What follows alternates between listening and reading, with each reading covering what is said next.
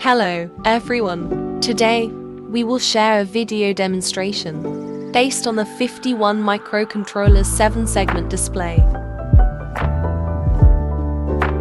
The 7-segment display is illuminated by a 3 to 8 decoder that selects which segments A to G and DP to light up. The 7-segment display can be categorized as either common anode or common cathode. In simple terms, when a digital signal of 1 is applied, the corresponding segment lights up, and when a digital signal of 0 is applied, the segment remains off. The 51 microcontroller I have on hand is of the common cathode type.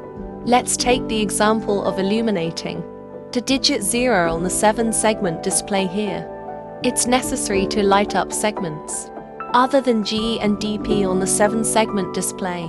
In this case, the binary representation of the digits to light up is 0111111, which is equivalent to the hexadecimal value 0 by 3F. Next, let's take a look at the results displayed by this code. Download successful.